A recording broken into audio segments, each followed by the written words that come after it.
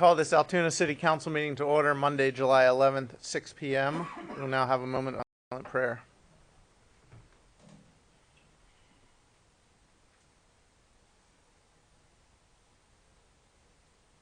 Please stand for the Pledge of Allegiance. I pledge allegiance to the flag of the United States of America and to the republic for which it stands, one nation, under God, indivisible, with liberty and justice for all.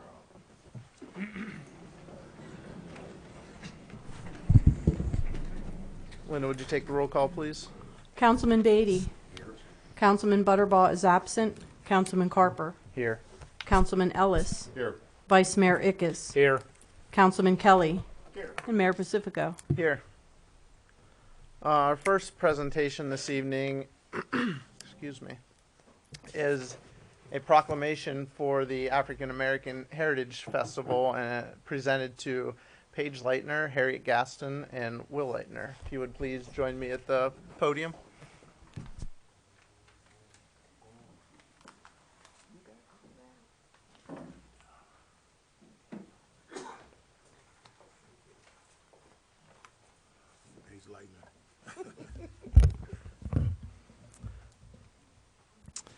Whereas, in 1993, Reverend Paul Johnson, a local community activist, and Cummings McNitt, curator of the Railroaders Memorial Museum, created and developed the African American Heritage Project and wrote its stated mission. The project is to tell a story of the community as seen through the social and cultural issues of religion, politics, entertainment, sports, entrepreneurs, education, employment, industry, agriculture, and professional occupations.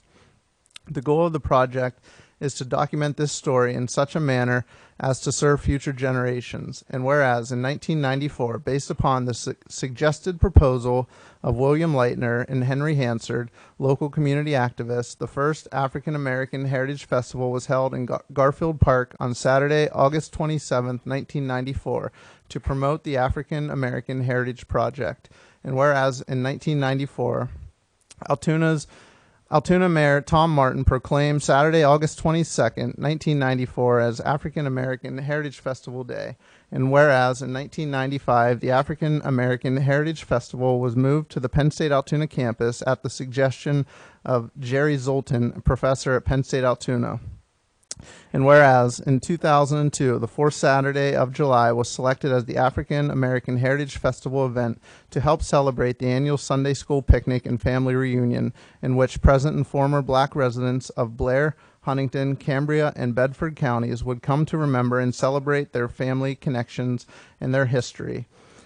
And whereas the African American Heritage Festival was held from 1994 to 2014 and is returning to Altoona for the year of 2022 and will be held at the Railroaders Memorial Museum. Now, therefore, I, Matthew Pacifico, Mayor of the City of Altoona, Pennsylvania, do hereby proclaim Saturday, July 23rd and Sunday, July 24th, 2022 as African American Heritage Festival Weekend in the City of Altoona and call upon all residents to support the revival of this wonderful event.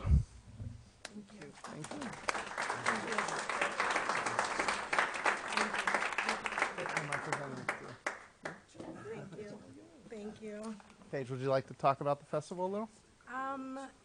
We would like for everybody to come out. We have a big kids corner. We have a big kids corner where we have a lot of activities for free, activities all day for kids. We have music coming from Pittsburgh. We have music coming from Washington, D.C., African Drum Ensemble. We have a lot of different things that is for the community. We have a lot of local acts as well that are going to be there. We have a lot of food vendors, a lot of local vendors. We have about 60 vendors total. So it's going to be a nice big event. We're really, really excited, and we really, really appreciate your support so much. Thank you.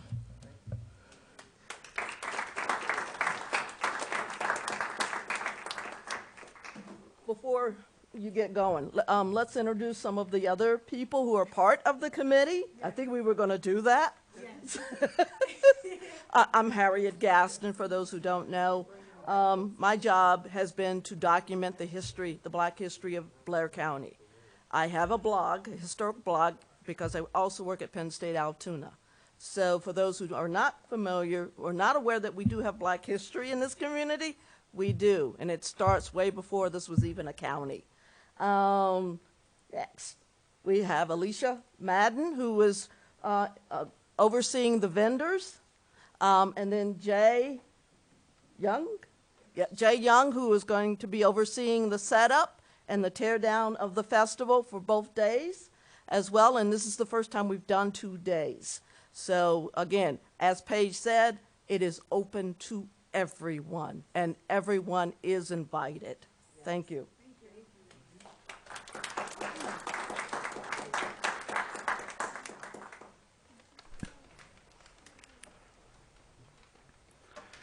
All right, next presentation on our agenda is the Public Works Department Annual Report presented by Nate Kissel, Director. Thank you, Mayor.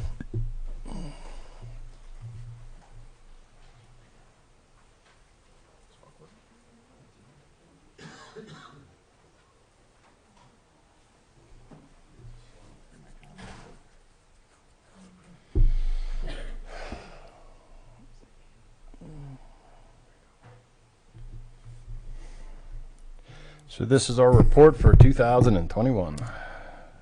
Mayor, Council, Manager Strome, thank you for allowing me to showcase the activities that took place in 2021 throughout the Public Works Department.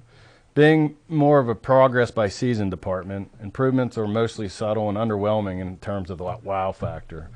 Crews in every department must balance must-do activities such as line painting and pipe cleaning with immediate needs such as sinkholes, complaints, and streetlight damage. Well, we really don't have a mission statement. We always just have a simple ideal that comes up in our conversations daily, and that's just try to move the needle to the positive.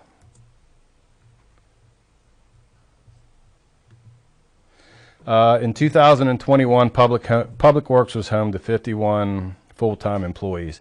That was a -3 from 2020. Our budget for temporary workers consists of 4 employees in the winter and 9 in the summer. We filled a total of 8 in 2021, 2 in the winter, 6 in the summer. This means sidewalks, city parks, and other structures get serviced after the roads are clear in the winter. But this isn't typically till day 2 or 3 after a storm. In the summer, these folks are critical for flagging, for paint operations and grass trimming operations, and those activities unfortunately fell behind too. So this trend started during COVID, and it still continues today. During the course of the year, we had a few changes to personnel that I think I'd like to talk about. Rob Crossman was promoted to the engineering manager. Bill Keith, who was a long-term custodian at City Hall, retired, and Denise, who was my executive assistant, also retired in 2021. The next few slides are just some of the seasonal tasks which are part of our living, breathing city.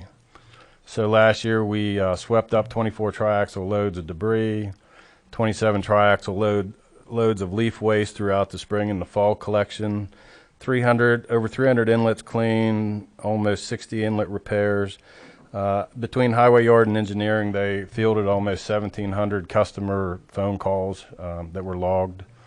Over 520 sign replacements, and as always, over 440 acres of grass mowed. So every year, I just like to touch on an activity that we do a little bit more in depth. Last year, we talked about leaf collection. This year, I just want to talk a little bit about street restorations. These are the cuts in the road that you guys see. The utility companies do, the gas company, the water company, sewer department, they all go out and do their repairs, and then we have to do the permanent restorations on them. So last year we added $618,000 towards the general fund.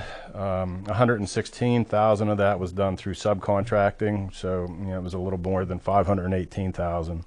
We did 681 street restorations as a group. We did run a 4.5 month long overtime program that the guys take advantage of, or the crews take advantage of. And really, the revenue that it pulls in, it self-funds 10 of the full-time employees we have at the Highway Yard. So when you look at the total number of full-time employees, it may seem robust during times of the year, but out of the 30 available workers that are out at the Highway Yard, If you take away 2 for the sweepers, 2 for the pipe vector, 2 for signs and paint, 5 for the parks with mowing and cleaning up the parks, 5 for pipes and inlet projects, and 10 for this program, that accounts for about 26 employees that we have. So then you start figuring sick time, vacation time, comp time, all the things that the crew members get, doesn't leave a whole lot of room for any other activities other than our core activities. So you can see why it sometimes takes us a while to get to complaints. Most of the time they are done throughout the day when we're working on some of these other core activities. And I think we got to that number of employees because that leads us to maintain 24-hour coverage in the wintertime during snowstorms. As you know, winter's always a trying time in the city. We run 2 shifts, December through March. I just want to again mention that the sidewalks that we have, the bridges, we do maintain them, but we don't have dedicated staff, so we get those after the storms are complete. There you can see we used about 2,700 tons of salt last year, and that was a function of getting salt. PennDOT has again switched suppliers, so it doesn't come as readily as it did in years past. So we're always we run up against that in the wintertime when we're trying to order.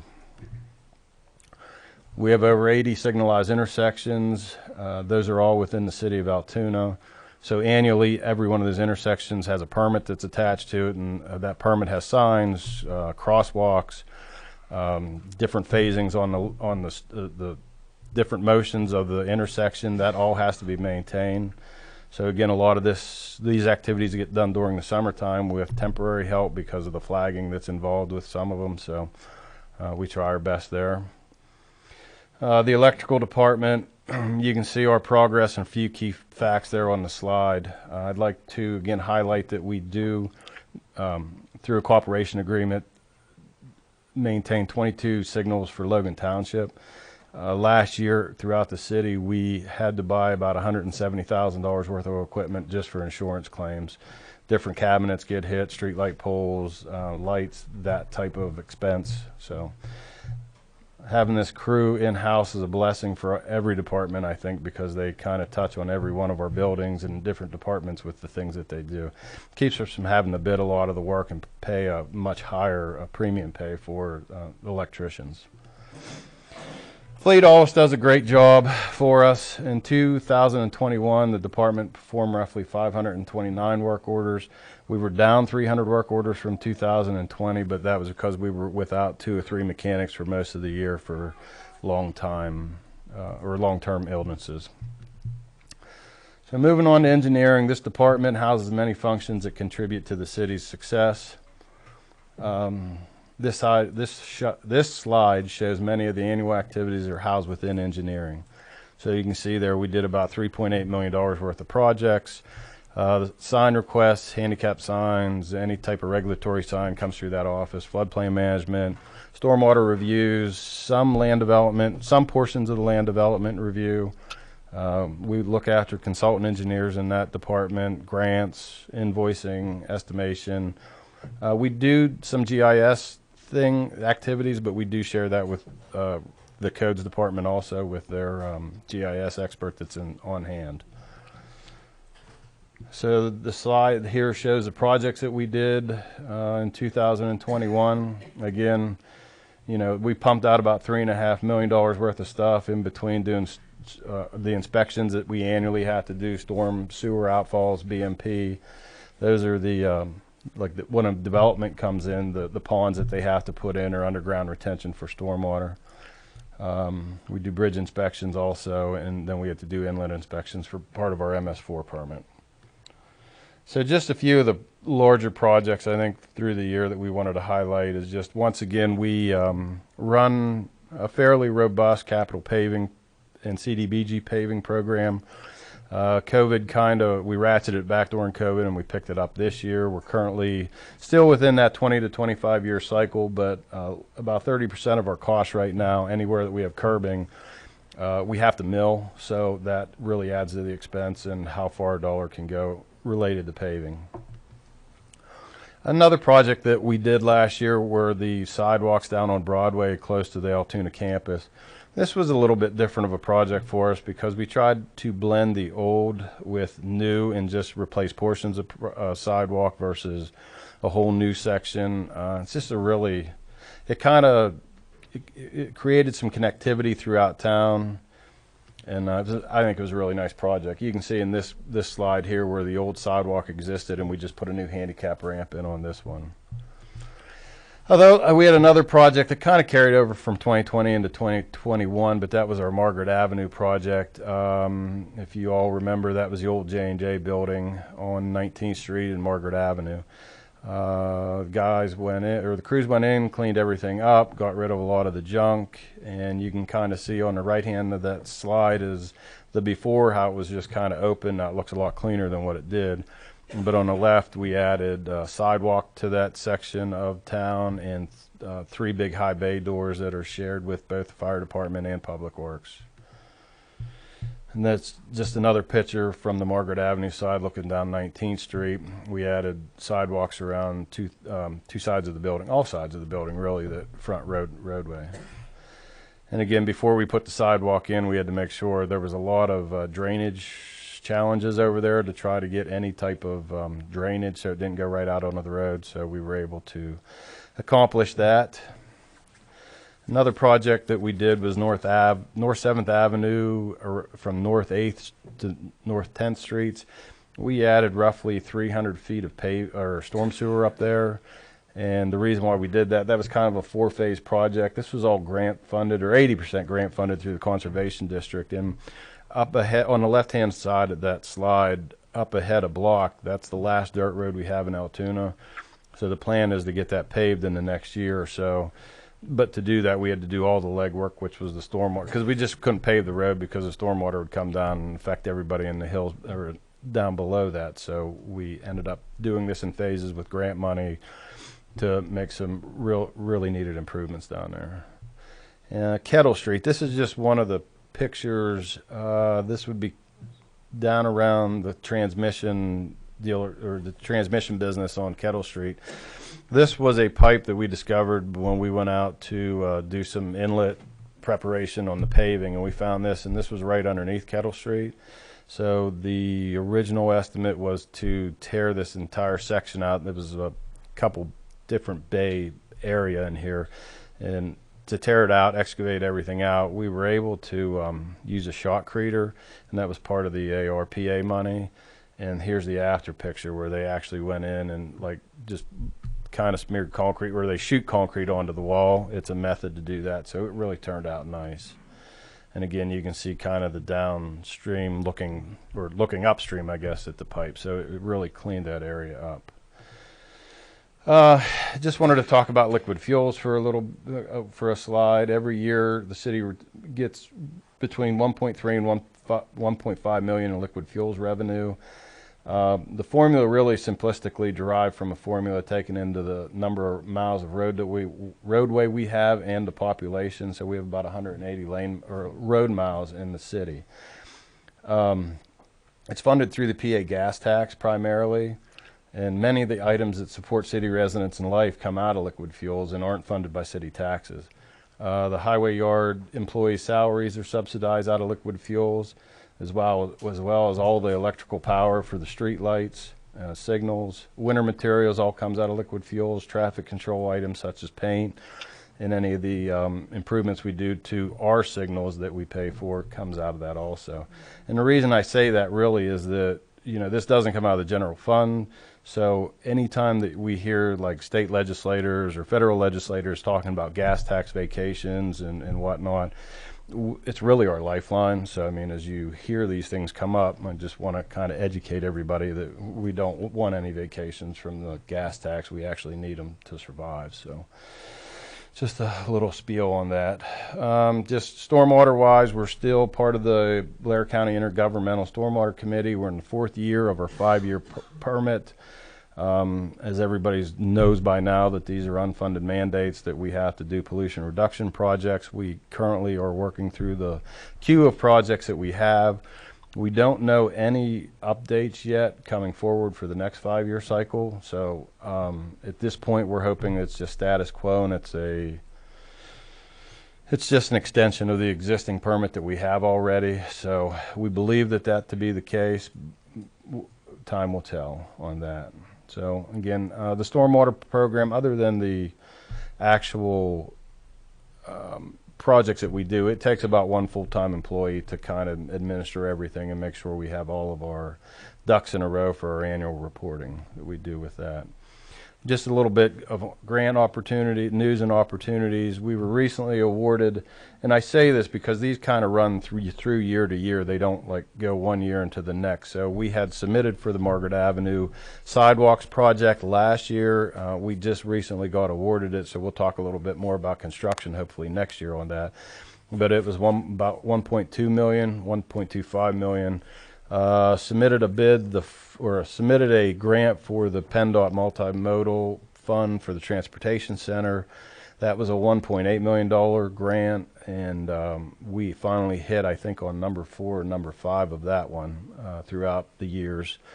We have a PennDOT Arley grant, 17th Street. We're doing some advanced warning flashers and repainting crosswalks down there. And then down at Baker School, we're adding some 25-mile-an-hour blinker signs and some painting also on the roadway. And then we have a Green Light Go project at 13th Avenue and 13th Street that we applied for last year and we got. And this year we're planning to go to construction later this fall on that. So, I mean, we've been very fortunate on what we get, but traditionally, you don't want to look a gift horse in the mouth, but I mean, traditionally they're about 30% higher when you start dealing with state and federal agencies when you get a grant. So we always have to take that into account in our bid or in our grant applications. But with that, we're about $3.5 million worth of projects, $771,000 match. That average is about 20% right now for city funds versus what we're getting from the outside. So we also partner with PennDOT. We cut 4.5 acres of medians in town, and they do our line painting and supply us salt brine. So there's about a $24,000 credit, and we also take part of PennDOT Connects projects where they bring us in where PennDOT's doing jobs in the city, and they ask us for our opinion and things that we can help. I'm not saying we get everything, but they ask us, and they try to work it into the projects where they can. So looking ahead, I looked at this slide from last year. These are really about the same things of what we thought was going to happen, and they did. The first 6 on there, the public wages versus private for skilled workers, you know, that disparity keeps growing. We're still experiencing labor shortages on the projects that we're, bidding right now. We thought that would kind of continue along. Material shortages are a real thing. Inflation, of course, is hitting. Contractor shortages, everybody just has a lot of work, so prices are higher than what they normally are. And then on top of everything, this year, PennDOT and the federal government decided to change CDL requirements. So in a time where we need trucks to get things moving, they put additional requirements on trucks so we can't get things moving. So we're working through that, but you just can't go get a license anymore. You have to go to school now to do it. So those requirements have changed. A few things just we're going to talk about here in the future, the close future here. We have some driveway changes and some stormwater investigation ordinance-wise. So that's what we have. You can visit Public Works under the Government tab at altoonapa.gov, and there's some tips there and some links for you to go to with winter services, floodplain administration, adopt a median paperwork, and stormwater information. I can answer any questions you may have. If not, thank you. Thanks, Nate. Yep. Thanks, Nate. Thank you, Nate. Okay, we'll move on to public comment, but first I have to announce that we had an executive session after the meeting last month to discuss personnel, potential litigation, and real estate. With that, we'll open the floor for public comment. If anybody would like to address council, you may come to the podium, state your name and address for the record, and please keep your comments to under 5 minutes. Thank you.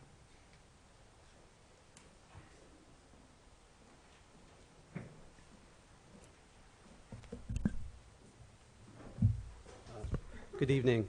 My name is Attorney Mike Gig. I'm with Gig Law Offices LLC at 401 North Logan Boulevard. I'm here with my client, Suzanne Wise, who is the owner of Tranon Bar and Grill. That's located at 500 North 2nd Street. We had sent a letter to Attorney Finn this past week regarding asking for the council to send a petition to the PLCB requesting a noise exemption for outdoor music. Now, the noise exemption that we're asking for would be at the property located, the actual parcel is 504 North 2nd Street. Suzanne owns pretty much that whole part of that block, yes. Correct? Yes. So the bar is located at 500. 502 is actually a residential house that you own, correct? Yes. And then 504 is the parcel we're talking about, which has, it's essentially an open but roof-covered structure, correct? Correct. And that's where she would be playing the music. And a correction I did want to have on here, that it was under the authorizations, the resolutions section. It states that this is it's off a licensed premises. Your license actually covers that parcel, yes. Correct? So I thought that was important to note. But simply what we're asking for tonight is for the council to send a petition to the PLCB requesting this exemption. And if you would have any questions for my client, would be glad to answer them. I don't have any. Okay. Oh, I got it. Okay, thank you. Okay, thank you very much. Thank you. Thank you.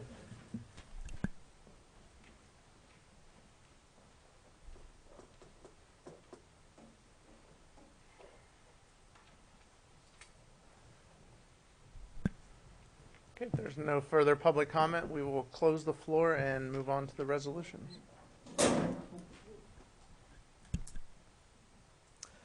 My name is Devin Saylor. I reside at 424 Crawford Avenue. Realistically, I just came up here because after hearing the report that Nate gave, I was just curious to have some more information and perhaps learn something. But I saw in your presentation you were talking about the limit of contractors. Is it hard to find contractors, or is the pricing out of reach for the budget, or? At this point in time, what we're just seeing is that there's a lot of work out there on the street. So I think in past years where we may have had 7 bidders, we're seeing 2 or 3. And this for like large projects, or for, because I did take note that you said things like for getting to those littler things like potholes and so on and so forth, like haven't had the resources to get to all of those things in as effective a manner as you'd like. It's mostly our contracted work. Yeah.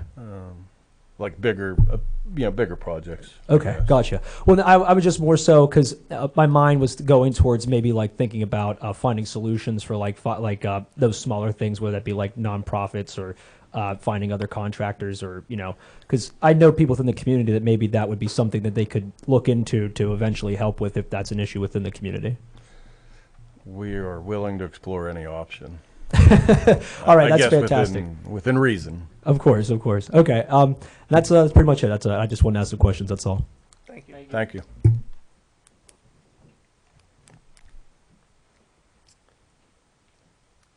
Okay, now we'll close the floor and move on to the resolutions. Linda? Item A is approving the minutes of the Altoona City Council meeting held Monday, June 13th, 2022. Item B is authorizing the Altoona City Planning Commission to review and update the comprehensive plan for presentation to and consideration by the governing body. Item C is authorizing the City of Altoona to enter into a maintenance agreement with Logan Township for the traffic signal closed loop system, and further authorizing the mayor to execute all documents and the city clerk to attest to same.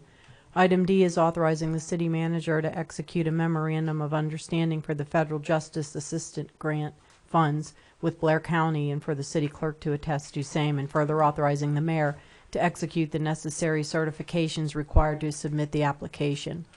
Item E is authorizing a memorandum of understanding between the City of Altoona and AFSCME District Council 83, Local 2188, regarding an amendment to the city's non-uniform employees pension plan in order to add a spousal survivor's benefit for all eligible active AFSCME members and to provide for a corresponding 1% increase to the existing employee contribution rate, and further authorizing the city manager to execute all documents and the city clerk to attest to same. Item F is authorizing and supporting the filing of a petition with the Pennsylvania Liquor Control Board requesting an exemption from the Liquor Control Board's regulations regarding amplified music being played off of a licensed premises located at 504 North 2nd Street, Altoona, and declaring the city's intent to enforce the noise ordinance number 5700 adopted March 8, 2017, in place of the PLCB's regulations regarding the same, and further authorizing the mayor to execute all documents and the city clerk to attest to same. Item G is approving a repository bid in the amount of $250 submitted by Steve Wine and Jessica Davison of 902 14th Avenue for property located 1824 to 26 14th Avenue, and further authorizing the city manager to execute the taxing district form. Item H is approving a repository bid in the amount of $250 submitted by Steve Wine and Jessica Davis for property located at 1828 14th Avenue, and further authorizing the city manager to execute the taxing district form. Item I is approving a repository bid in the amount of $250 for property submitted by Steve Wine and Jessica Davison for property located at 1408 19th Street, and further authorizing the city manager to execute the taxing district form. Item J is approving a repository bid in the amount of $600 submitted by Ronald Mack of Reno, Nevada for property located at 506 to 508 5th Street, Altoona, and further authorizing the city manager to execute the taxing district form. Item K is approving a repository bid in the amount of $500 submitted by Rochelle Susan of C Investments LLC of Englewood, New Jersey for property located at 1420 Washington Avenue, Altoona, and further authorizing the city manager to execute the taxing district form. Item L is authorizing the submission of a grant application to Commonwealth of Finance Authority for a multimodal transportation fund grant for the 10th Avenue Wall Replacement Project, and further authorizing the city manager to execute all documents and the city clerk to attest to same. Are there any additions or deletions or anything we need to pull for a separate vote? Linda, could you pull G, H, and I for a separate vote, please?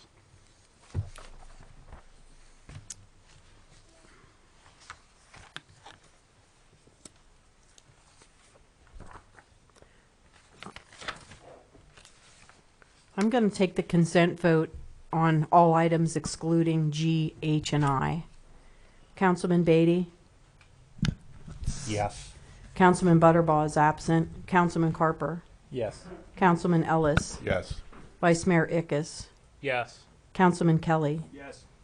Mayor Pacifico? Yes. And the consent vote passes 6-0. And then we have G, H, and I, which is G is approving a bid in the amount of $250 submitted by Steve Wine and Jessica Davis for property located at 1824 to 26 14th Avenue.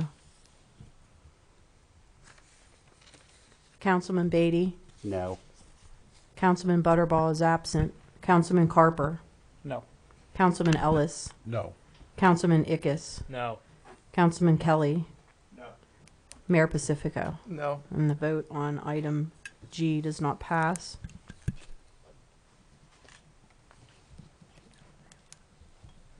Item H is approving the repository bid in the amount of $250 submitted by Steve Wine and Jessica Davis for property located at 1828 14th Avenue. Councilman Beatty? No.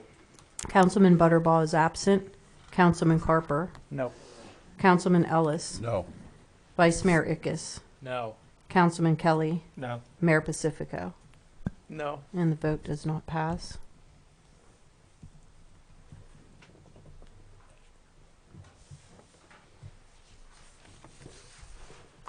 Item I is approving a repository bid in the amount of $250 submitted by Steve Wyant and Jessica Davidson for property located at 1408 19th Street. Councilman Beatty. No. Councilman Butterbaugh is absent. Councilman Carper. No. Councilman Ellis. No. Vice Mayor Ickes. No. Councilman Kelly. No. Mayor Pacifico. No. And the vote does not pass.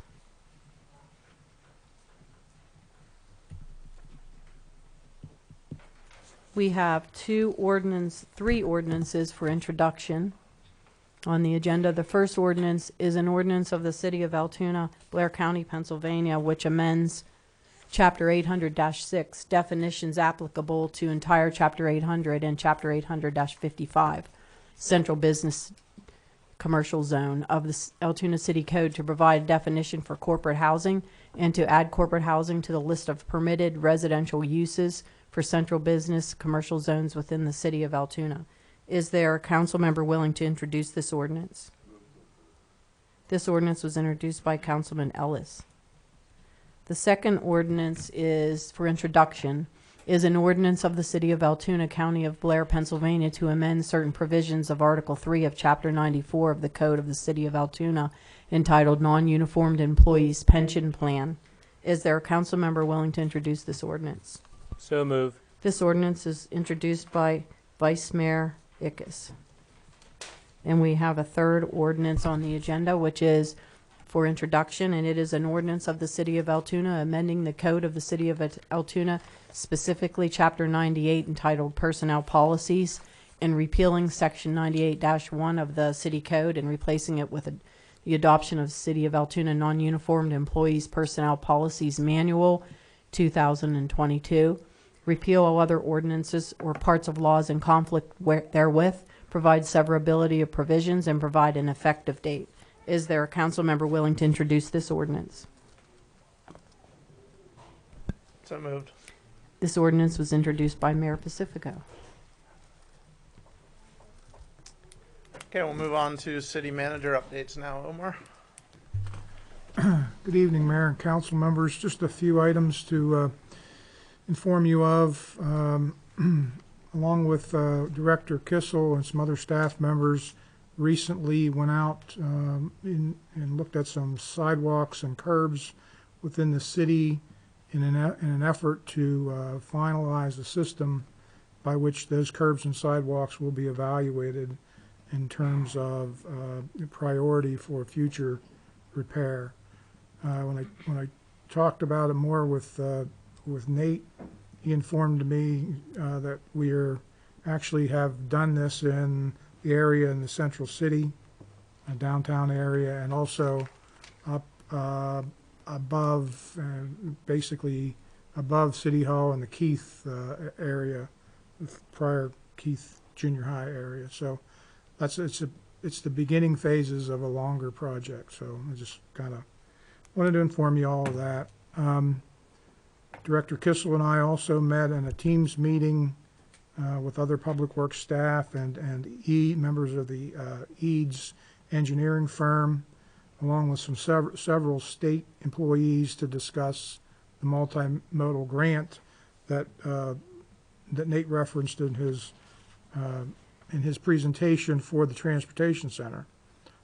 Just like to put a little quote in here that, you know, one of the project delivery capital manager informed the group they were trying to find the easiest and quickest way to get the project underway. So we're in the very early stages of that. It's definitely going to take a lot of time to get it under design and out to bid. But I just wanted you all to know that we're moving forward with that. And lastly, I just wanted to inform everyone that we're having a kickoff meeting for the downtown parking study next Wednesday morning.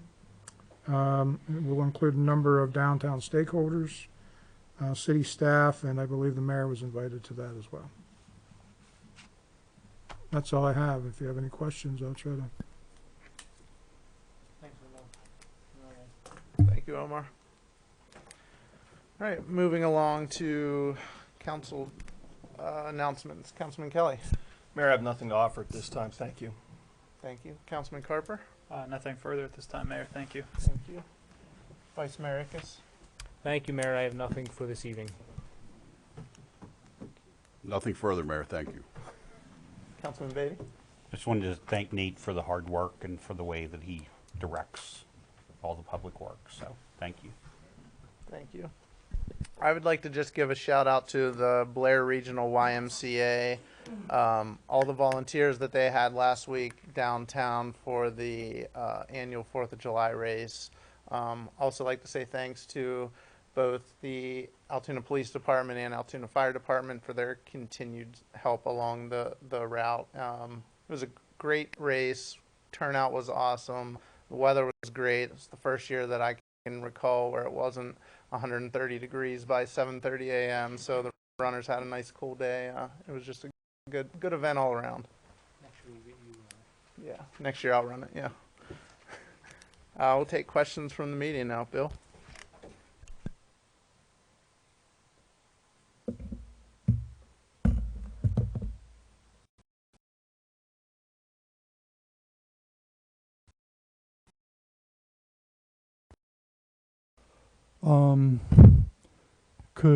I guess this is for Tom. Could you talk a little bit about the changes in the ordinance that was amended and reintroduced? Yeah, what we did is, as you're aware, at the last meeting, we had some input from Mr. Green. We also had input from a gentleman from the public, and we took that input, and what we did is change the definition to reflect the manner and to whom these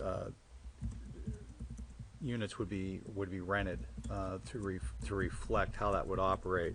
And then what we also did is noted that this type of housing would be subject to this Chapter 570 of the City Code for purposes of enforcement, and in conjunction with that, every time one of these places is rented, the owner is required to get written and verified acknowledgement from the business entity for whom this person is either working, contracted with, or is an officer or whatever. They're required to get written acknowledgement and verification of their association with that company, as well as the length of their tenancy. And that would be in conjunction. They have to do that with every time they lease it. Those documents would be subject to review by the city in conjunction with any licensing process or renewal of licensing for the dwelling. So we believe we accomplished and incorporated all those concerns that were expressed at the last meeting. Is this something that is typical of other municipalities, or is this kind of unique to Altoona? As far as the corporate housing? Yeah. It's something which is relatively new. Based upon my research, it is something that is becoming a little more prevalent in maybe some larger urban areas, but it's a relatively new concept. And I think that kind of explains why, it required some refining. Mm-hmm. Well, are the refinements something that are typical of other municipalities, or is that something unique to Well, Altoona? every municipality goes through a process as far as introducing ordinances and, passing ordinances, and part of it is public input. So I can't specifically comment to what, the specifics of their process, but it would have been a process similar to ours. Mm-hmm. I talked to Randy this afternoon Okay. about this, and he seems satisfied with it. That's your impression too? That's my understanding. Okay. Because I know he voiced some concerns at the last meeting. Right. Okay. And this will be at the next meeting. It will be adopted, or could be adopted. Yeah. In the interim, it goes to the City Planning Commission for review, as well as the County Planning Commission for review. And as then it would be considered for adoption. They'll be scheduled for a separate hearing, which will most likely take place immediately before the August voting meeting. So it has to go through the whole planning commission process Yes. again then? Okay. Yes. Let's see. Oh, the executive session litigation, is that something that you can cite a case on? Is it at that level yet? I can't give you a docket number at this juncture. Okay. I guess it's still with you. Okay. The Trianon. Yes. I know you've said it before, but could you just briefly go over the process that'll go through? Sure. If a licensed establishment wants an exemption from the PLCB noise exemption for amplified music, they first have to, the first step is requesting a resolution from the applicable municipality, to authorize the filing of the petition with the PLCB. And in conjunction with that, the municipality is required to verify that they have a noise ordinance in place, and they have the means to enforce it. So the resolution is just a very preliminary first step. With that being passed, the next thing that will happen is a formal petition will be compiled and prepared and filed with the Pennsylvania Liquor Control Board. Once the PLCB receives that, reviews it, takes it through their initial review and internal process, they will schedule a hearing. I know you had the article in the paper a couple weeks ago from the Zacks petition, and there's basically testimony taken at that time. The PLCB, they advertise that hearing, they run that hearing, they have their own separate counsel, and they basically compile a record. The hearing officer does, who's appointed by the PLCB, and then that record is compiled, it's transcribed for the PLCB to ultimately issue a decision on the petition. Do you know at this point, like what kind of music they plan to play there? Like, was it going to be like bands every night or occasional? Or I do not personally. That's something that's usually explored in the context of the PLCB hearing. Right. And at this point, but that yeah. 70s. Huh? Okay. As you'll recall from the hearing a couple weeks ago that you attended, that's usually kind of part and parcel of the process. It doesn't get posted yet in the neighborhood, correct? At this point. No, because this is not a change to the zoning ordinance or anything of that nature. The resolution for purposes of tonight was part of the agenda, which was properly posted by the city. As far as the legal advertising for the hearing itself, whenever the PLCB schedules and holds it, they do that and they run that entirely, and that's I believe they will run that through the Altoona Mirror. Do they, when it comes time for that hearing, do they post it like or on the site and in the neighborhood there? Do you know? I'm not sure, Bill. Okay. I know they do illegal advertising in the paper of general circulation in that area. I know that was part of the evidence of record that was submitted in the last hearing we did. As to whether or not they do a separate posting, the PLCB does, you'd probably have to direct that question to them. Okay. The Justice Assistance Grant that was approved, I guess, how much are you applying for? It's a little over $25,000 that we have to share with the county. The county will get a hair over $5,000 and we'll receive $20,000. And what's it for? We're submitting the application now, but we plan on using our portion of the money for some speed radar signs, or maybe only one, depending on the how much it costs, and then various items for the TASER program. The speed radar signs just to notify drivers. Yeah, it's not enforcement, but it collects data and helps alert, and it's a traffic calming device. Right. Omar, is there any update on the firefighter arbitration? No update, Bill. Okay. To any council member who cares to say, why the no votes, all the no votes on the G, H, and I? So the redevelopment authority already owns some of those parcels up around that, and so this was simply part of a larger development strategy to assemble those parcels so that the land bank can acquire those lots to use with the ones that are already up there that are owned by the RA. Oh, would that acquisition be in or part of an effort with next year's, not the upset sale, but the judicial sale? No, this would kind of be separate. Well, no, this would be separate. This would just be the city purchasing those, or I'm sorry, the redevelopment authority and land bank purchasing those properties from the repository to put into the land bank to do a bigger development strategy up there. Okay, so the RA would actually be the purchaser. Correct. And you make it part of a land bank group Yeah, of apartment? yeah. Okay. Is that something that you can, I mean, not right now maybe, but is that something you can talk about in a larger sense, or is at this point, or? No, not right now, no. Okay. Omar, can you talk a little bit about the long-term goals of the sidewalk and curb evaluation that you talked about a little bit in the meeting?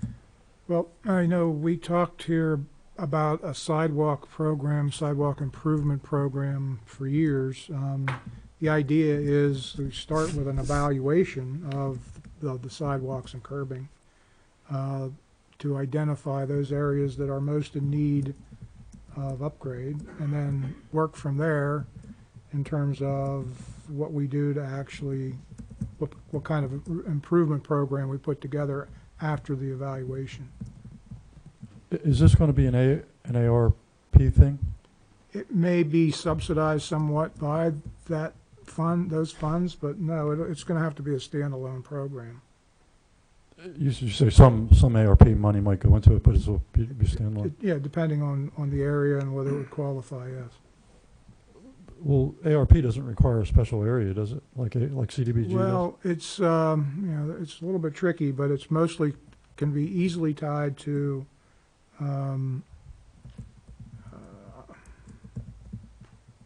those areas of the city that are, you know, qualified as you know, kind of financially distressed, so to speak. You mean the I'm ARP? not using the right term, but yes. Even for ARP? Okay. Yeah. Okay. And also for you, Omar, how long do you think it will take before, or when do you think the transportation center project would get started and then get finished?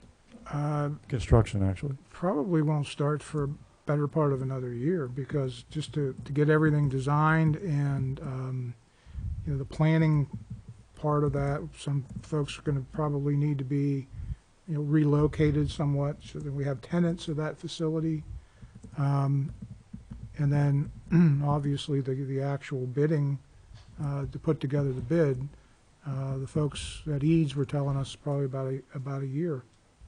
And then how long would it take to build it, to do it? I don't know that. Okay. Thanks, that's all I have. Meeting is adjourned.